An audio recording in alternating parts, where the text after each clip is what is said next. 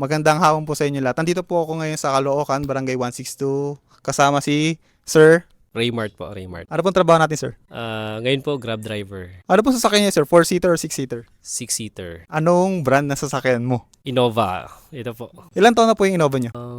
Kinuha ko po nung 2017 to eh. So mga 6 years na. 6 years na din. Pero okay pa naman. Wala pa naman lumalabas na sira. Kasi madalas sinasabi nila 5 years may lumalabas na nasira eh. As long as well-maintained naman, walang problema yan. Okay naman si Innova ko. Magkano kinikita niyo po sa isang araw?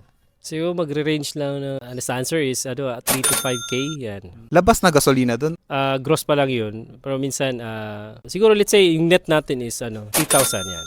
Sa isang buwan, magkano yung parang max na kinikita mo labas ng lahat ng gasolina mo? Let's say 30 to 40 siguro.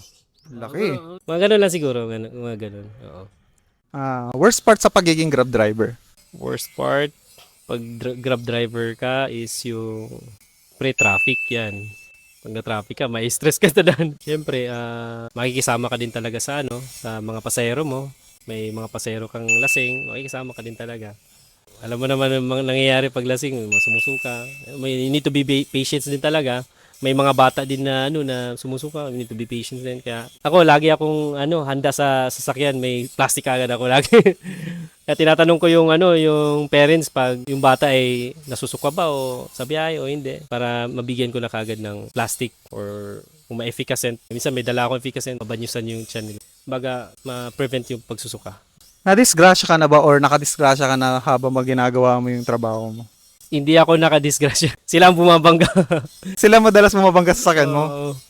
Advice sa akin sa mga ninong ko, sa mga Grab driver ko rin mga kasama is maging defensive ka lang din talaga. Huwag mo ipilit kung di kaya. Kaya maingat naman tayo sa pagdadrive. Yun nga kasabihan na di ba? Kahit gaano mo kaingat pero pag may bumabangga sa'yo na, di mo maiwasan talaga yun, di ba? Tama yan. Kahit anong ingat mo sa kalsada, pero yung mga kasabay mo naman sa kalsada, hindi maingat, wala rin kwenta. Magkano na pinakamalaking gastos mo dito sa sasakyan? Wala, grabe. Sa maintenance? Maintenance or katulad niya, nabangga ka, magkano na yung pinakamalaking nagastos mo dito? Sa ko kasi, pinasok ko sa insurance. So, bayad lang kami ng participation fee din. Yan, pinasok lang namin sa insurance. So, Magkano inabot sa insurance? yung cost estimate sa insurance is nasa 80,000, bangga sa likod. Wow, 80K! Yun yung cost estimate. Pero kasi naisip ko na kung ipapasok ko sa kasa yung yung sasakyan ko, matetenga ako isang buwan kasi nakalinya yan, di ba? Baka hindi lang isang buwan, no? May advice naman yung yung Toyota na baka pwede yan sa third party, mga accredited shop nila. Kamusta naman yung nakabangga sa'yo ng time na yun? May binayaran ka ba niya or na-hospital ka rin ba after nun? Sa awa ng Diyos, di naman ako ng hospital.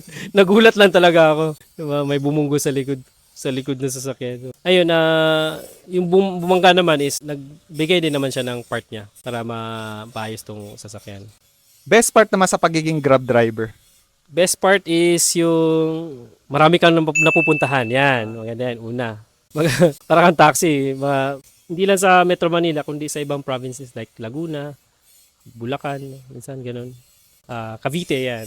Yan yung madalas na pag 6-seater, yan yung mga usually na biyahe namin pag naka 6-seater. Best part ba? Best part is yung marami kang makikilala ng tao.